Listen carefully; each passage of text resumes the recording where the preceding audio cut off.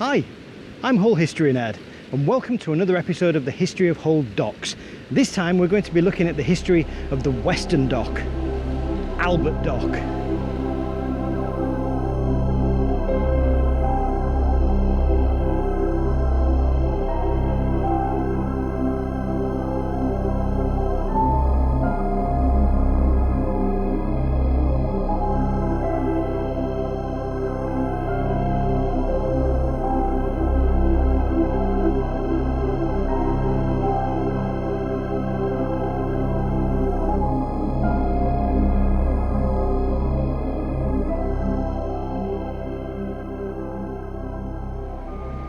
The story of Albert Dock is not entirely dissimilar to the story of Victoria Dock. Basically, the trade was getting busier and busier, the ships were getting bigger and bigger, and still the Hull Dock Company, once it had finished Victoria Dock and its extension, really didn't do much in the way of getting ready to build any more dock facilities. They just assumed their work was done. But as I said, the ships were getting bigger and the town docks were not geared to handle that extra load at all. And neither was Victoria Dock, and it was starting to get very, very busy indeed.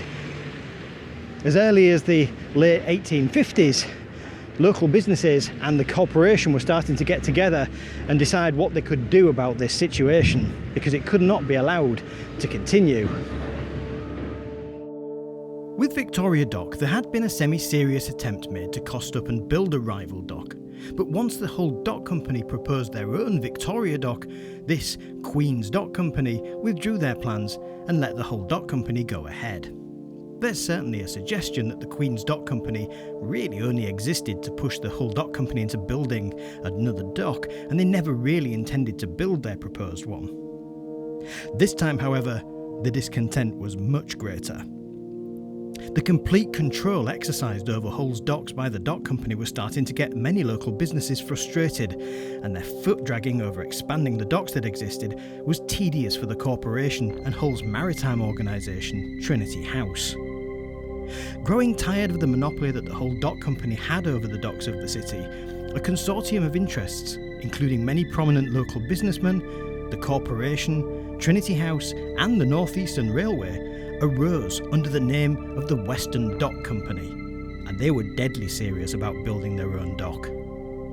Even when the Hull Dock Company saw the rising threat and started to make their own plans for a dock on the site, the Western Dock Company didn't back down. In 1861, both companies put their proposal before Parliament, and this was the first real time that the Hull Dock Company had ever faced serious competition. This wasn't an easily folding company like the Queen's Dock Company had been, where the real aim of it was simply to put pressure on the Hull Dock Company. This group, the Western Dock Company, they really wanted to build this dock and break the Hull Dock Company's stranglehold over Hull's port. Sadly, however, after weeks of wrangling in the Houses of Parliament, the Western Dock Company were defeated, and the Hull Dock Company was awarded the Act of Parliament to build the dock here on this site. A long, skinny dock running east to west along the banks of the Humber. In 1862, construction began.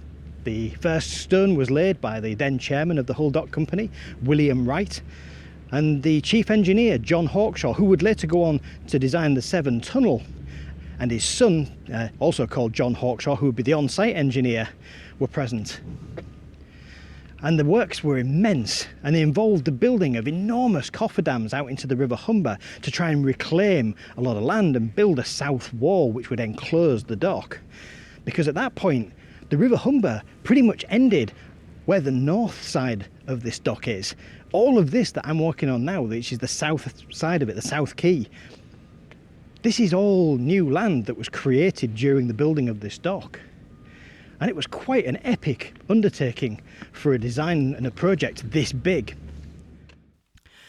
Cofferdams are temporary dams built to cordon off an area of river or seabed in order to allow construction work to take place in the open air rather than underwater. They usually involve the sinking of piles into the soft bed, and these days, steel walls with an interlocking U-shaped design are sunk, supported by the piles. In the 1860s, however, they made do with wooden walls built on land and then lowered onto the riverbed supported by those piles.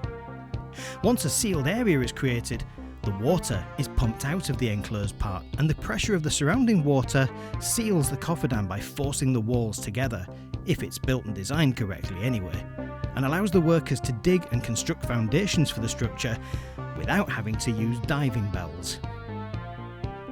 In this case, the structure that was being built was the south wall of the dock and the dock floor itself. Before Albert Dock was built, the Humber shoreline was essentially where the north side of the dock is today. The whole area of the dock was reclaimed from the Humber by building the other three sides effectively in the river using these cofferdams. During construction, a further 2 Acts of Parliament were gained, one in 1866 and another in 1867, allowing them to extend further to the west, which they did, first by extending Albert Dock even further, making it 3,350 feet long rather than the initial 2,000 feet, and secondly by building a separate but connected dock at the western end, which would be known as William Wright Dock, and would incorporate an enormous, for the time, dry dock for shipbuilding and repairs. The building of this dock was hard and beset with problems common to the Humber landscape. Ordinarily, you'd sink piles through the soil until you met the bedrock, at which point they're ready to support the weight of the building works you intend to put on top of them. But the bedrock was so far under the hundreds of feet of boulder clay that very little purchase could be found. They had to lay a concrete bed 10 feet thick to act as the base for the dock for stability. But a worse problem was just round the corner. The aquifers of the Yorkshire Wolds, the stretch of chalk uplands that stretches from just west of Hull right up to the North Yorkshire moors, empty out deep under the Humber mud through the chalk layer.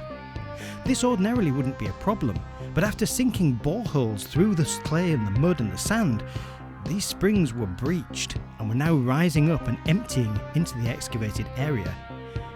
This was causing what are known as boils as they tried to build the foundations and the dock floor, undermining the work.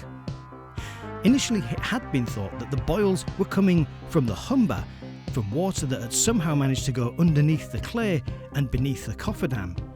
But the young engineer on the site actually noticed that the water coming through the boils was red, as if it were tinged with iron, which suggested that it was coming from much further afield and from a different source entirely. But nonetheless, these boils proved to be a serious problem for this construction project. And it was here on the south wall in 1866 that the construction hit a major snag, because one of these boils popped up underneath the foundations of this wall, undermining it, weakening it, and allowing the Humber to burst through into the unfinished excavation of the lock behind it, causing enormous amounts of damage. The similar boils also made the building of the lock itself an incredibly difficult and long drawn out process. But eventually these problems were overcome, and the lessons that were learned from dealing with them actually went on to help with lock construction and dock construction throughout the country in similar kind of terrain. And in 1869 the dock was finally opened in a grand opening ceremony. Because of course it was. There was always a grand opening ceremony with Victorians. Whether it was a railway line or a dock or a small gasworks in a suburban village somewhere, they liked these big grand opening ceremonies. I think they just enjoyed an opportunity to put on their Sunday best and go out and meet people. And in attendance this time was Queen Victoria's eldest son, Albert, the Prince of Wales, who the dock was named for, coming here to perform the grand opening ceremony. It's interesting to note that actually while this was having its opening ceremony, William Wright Dock, which was the extension to the west, was already under construction. That didn't open until 1873 though. And initially it was a separate self-contained dock with its own dry dock at the end for shipbuilding and repair, that separated it out from the main Albert Dock. But in the 1900s, the lock gate was removed and the whole area was widened to allow for ships to more safely pass through, and it simply became an extension of Albert Dock itself. Albert Dock was always a slightly problematic dock for navigating for long ships due to its unusual long, narrow shape. Larger ships had to carefully avoid other large ships docked along the quayside. Any uncontrolled swinging of the bow could result in accidents. There was little room for error. Likewise, entering and leaving the dock was fraught with problems, as directly in front of the lock entrance was Island Wharf, part of the entrance harbour of Humber Dock. Even the larger ships of the 1880s struggled to steer around it without hitting the bull's nose just south of the lock gates. Just to see how awkward it was in practice, here's Master Mariner and former Humber pilot William Alexander, who used to steer ships several times from that rather awkward lock. Albert Dock is a strange dock, really. It's a long, thin dock. I don't like it. But it's one of the older docks, therefore everything's smaller. But also, when you went in there, you'd have to land alongside the outer quay and then go around the bullnose at almost 180 degrees. And there wasn't an awful lot of room between the bullnose and the shore, if you like. So you have to be a little bit careful. You can't sort of push the ship too much. And what you'd normally do is you'd put a rope ashore. And every so often, as you moved ahead, you'd hold on the rope and use that so the ship's not going ahead but still turning. And then you'd slack off your rope again, or maybe even move the rope to a different bollard and start moving ahead, and then put it on again. This was so you didn't go straight into the dock wall opposite. You went into the lock. Albert Docks are one of the docks where you mostly went in on the level. In other words, you went in at a certain state of the tide when it was high enough so they could open both gates, and the ship would just either go straight in or straight out. Going out was equally good because the dock sort of points to, if you sat in the lock, you're not looking out into the river, you're looking out onto mud and walls and things like that, and there's not an awful lot of room. So what you have to do is you just have to go out very slowly and get people to tell you when you have enough room to swing so that you don't hit this wall, but you've got to do that before you hit anything ahead of you on the outside. So it's always a bit exciting when you're doing that. Albert Dock housed many different industries during its day, and one of those industries went on to become one of Hull's most defining characteristics: the fishing industry. In the early 19th century, when it was beginning, the Hull's fishing industry was nothing more than a few sailing smacks owned by individual fishermen, and they were allowed to moor here in the entrance bay to Humber Dock. But with the discovery of the so-called Silver Pit in the North Sea, around the shallower areas around Dogger Bank, which itself is the remains of the old land bridge with mainland Europe, that all changed. In those areas, the fish were so plentiful that you could simply dump a net over the back of the ship and trawl them, gathering hundreds of them in a net with minimal effort. This started to transform the whole industry, and it very quickly became apparent that this was not enough. At first, the Hull Dock Company very grudgingly gave them a small corner of Humber Dock itself, but they outgrew that very quickly indeed. Unfortunately, there was space at the new Albert Dock for them to be given a more permanent area, and the very start of Hull's Billingsgate Fish Market was founded. Of course, it soon outgrew Albert Dock, but that is a story for the next episode on St Andrews.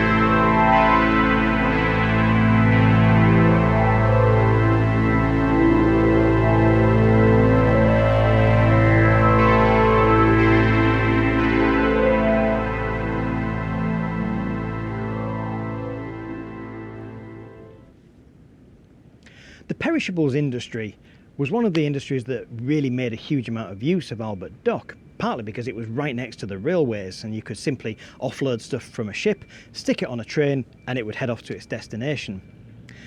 Now, prior to that, the perishables trade had actually been done mostly from Humber Dock and Railway Dock for the same reason, because the railways were right next to them.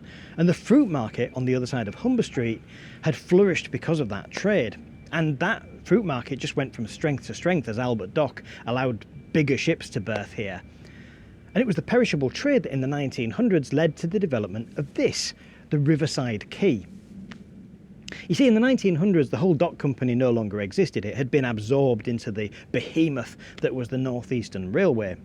And they wanted to kill two birds with one stone. First of all, ships were finding it more and more problematic to get in and out of Albert Dock. The ship sizes now were at a point where they were genuinely enormous. The cargo ships that were carrying perishables were having difficulty negotiating the long, thin, narrow, busy dock. So they built this on the Humber side in order to facilitate quick loading and offloading, so the ships could simply pull up here, offload their cargo directly onto a train, and then they could simply sail off and go without having to negotiate the dock. The other reason that this was built was because this is Hull's probably least known railway station. The Riverside Quay station was built specifically for emigrants. There was a huge wave of emigration that had been happening from Northern Europe all the way across to the United States ever since the 1880s and 1890s. In Paragon Station in Hull, there were whole platforms and a waiting room that were built just to keep the emigrants separate. And the reason for that is because Hull had already had, as a port city, plenty of infectious epidemics, and they didn't really want any more coming in from foreign parts, if you know what I mean. So, in order to further isolate these emigrants from the population of Hull, this was built as a railway station, so the passenger ships carrying them from Europe could pull up here, and they could simply get straight onto the train that would take them to Liverpool, and then onto the ships that would take them to the United States, to their new lives. And it minimised the risk of infectious diseases crossing over into the rest of Hull. Remember, this was a day really before the widespread practice of antibacterial stuff and good medicine for getting rid of various illnesses. So it was a very real threat. Riverside Quay also had a real landmark that, for many of those emigrants, would be the most distinctive part of Hull they would ever see. That clock tower wasn't just a clock tower, it was a hydraulic accumulator tower that powered Albert Dock's locked gates, its cranes, lifts and many other pieces of industrial equipment located around the dock. Water was pumped high into the tower, and the weight of that water provides the pressure that makes the rest of the hydraulic system work. Hull had the country's first municipal hydraulic power network, which helped power the smaller town docks, but the larger docks needed their own hydraulic power. Sadly, Railway Quay met a grisly end thanks to the decision by Hermann Goering to visit some extensive urban redevelopments on the city during the 1940s.